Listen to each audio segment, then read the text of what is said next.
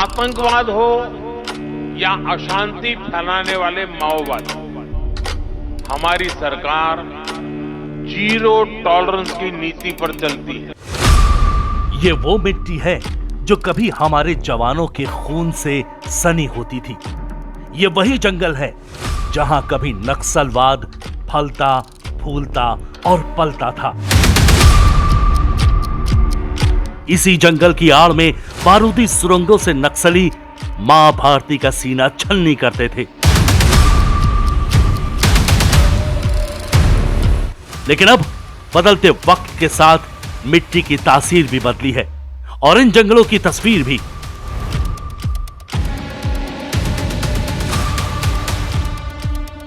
इन जंगलों की आड़ में पलता नक्सलवाद अब इन्हीं घने जंगलों में घुट घुट कर अंतिम सांसें गिन रहा है। 70 सालों के नक्सलवाद का किस्सा अब इतिहास का हिस्सा बनने की कगार पर है। गृह मंत्रालय के मुताबिक पहले देश भर में कुल 18 जिले ऐसे थे जो नक्सलवाद का दंश झेल रहे थे, यानी 18 ऐसे जिले जो सिर्फ इन नक्सलियों की वजह से विकास की मुख्य धारा से अलग थलग पड़े थे।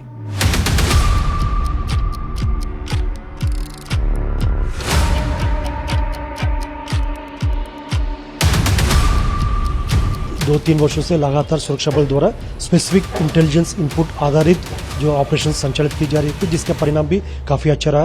वर्ष 2024 में देखा जाएगा 6 स्टेट लेवल कमेटी लेवल के कैडर्स का और काफी बड़ी संख्या में PLGA कैडर्स के डेड बॉडी रिकवर की गए थे। और वर्ष 2025 में अभी तक छत्तीसगढ़ में एक सेंट्रल कमेटी मेंबर, अभी सेंट्रल कमेटी मेंबर के साथ साथ जो जनरल सेक्रेटरी है CPO महोदय संगठन का। लेकिन कहते हैं जब इरादे चट्टान हो तो हौसले भी आसमान हो जाते हैं। सरकार ने जब अपने इरादे साफ कर दिए तो सुरक्षा बलों ने अपने हौसलों का नजराना पेश करना शुरू कर दिया। और उन हौसलों की हकीकत यह है कि नक्सलवाद से प्रभावित जिलों की संख्या अब आधे से भी कम रह गई है। आज नक्सलियों की नीति, नियत और नियति को तय करने वाला कोई नेता नहीं बचा है।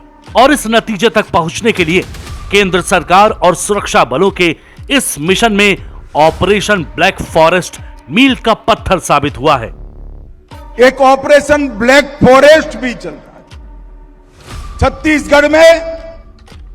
5000 फुट ऊंची पहाड़ी पर नक्सलवादियों के अड्डों को हमारी CRPF, छत्तीसगढ़ पुलिस और BSF ने मिलकर ध्वस्त कर दिया। केवल बीते 2 महीनों की ही बात करें तो नक्सलवाद के खिलाफ 2 बड़े ऑपरेशन ने नक्सलवाद की कमर तोड़कर रख दी है।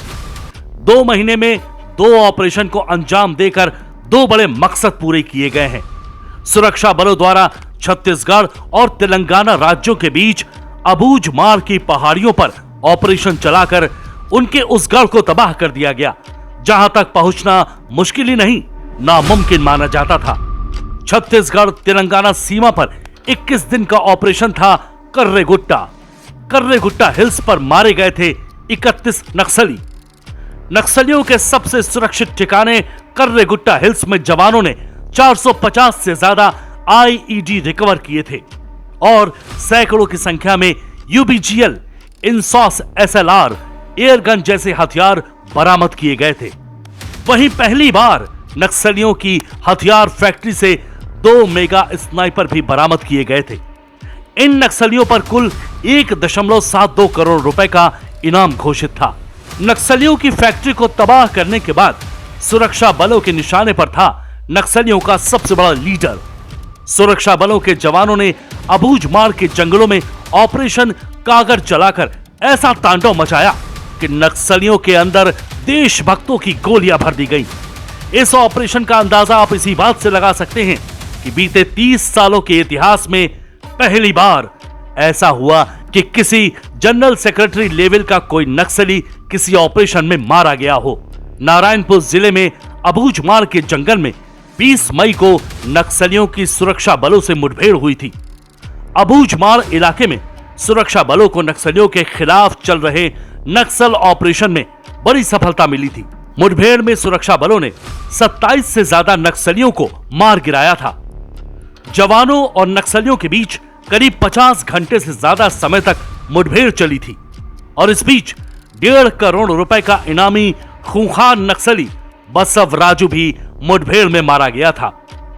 खूंखार नक्सली बसव राजू नक्सल संगठन के पोलित ब्यूरो का सदस्य और महासचिव था।